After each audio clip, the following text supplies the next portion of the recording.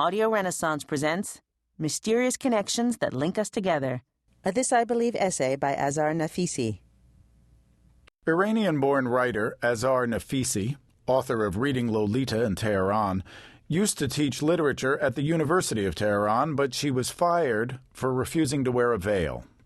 In 1995, she began teaching in secret from a reading list that included Fitzgerald, Faulkner, Dickens, and Twain. She believes in the power of literature and particularly in the way stories allow readers to understand other worlds and other people. I believe in empathy. I believe in the kind of empathy that is created through imagination and through intimate personal relationships. I'm a writer and a teacher, so much of my time is spent interpreting stories and connecting to other individuals.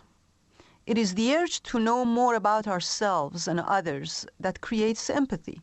Through imagination and our desire for rapport, we transcend our limitations, freshen our eyes, and are able to look at ourselves and the world through a new and alternative lens. Whenever I think of the word empathy, I think of a small boy named Huckleberry Finn contemplating his friend and runaway slave Jim. Huck asks himself whether he should give Jim up or not. Huck was told in Sunday school that people who let slaves go free go to everlasting fire. But then Huck says he imagines he and Jim in the day and night time, sometimes moonlight, sometimes storms, and we floating along, talking and singing and laughing. Huck remembers Jim and their friendship and warmth. He imagines Jim not as a slave, but as a human being, and he decides that, all right, then I'll go to hell.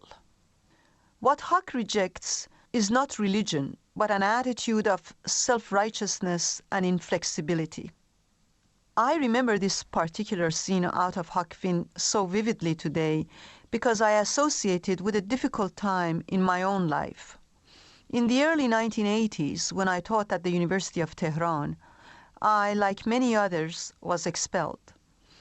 I was very surprised to discover that my staunchest allies were two students who were very active at the university's powerful Muslim Students Association.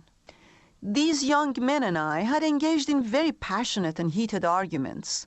I had fiercely opposed their ideological stances, but that didn't stop them from defending me. When I ran into one of them after my expulsion, I thanked him for his support. "We're not as rigid as you imagine us to be, Professor Nafisi," he responded. "Remember your own lectures on Huck Finn? Let's just say he's not the only one who can risk going to hell." This experience in my life reinforces my belief in the mysterious connections that link individuals to each other despite their vast differences. No amount of political correctness can make us empathize with a child left orphaned in Darfur or a woman taken to a football stadium in Kabul and shot to death because she's improperly dressed.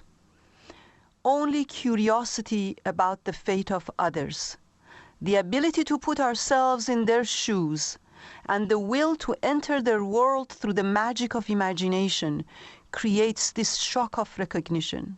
Without this empathy, there can be no genuine dialogue, and we as individuals and nations will remain isolated and alien, segregated and fragmented.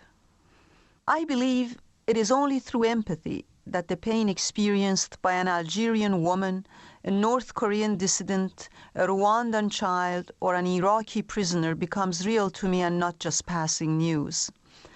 And it is at times like this when I ask myself, am I prepared, like Huck Finn, to give up Sunday school heaven for the kind of hell that Huck chose?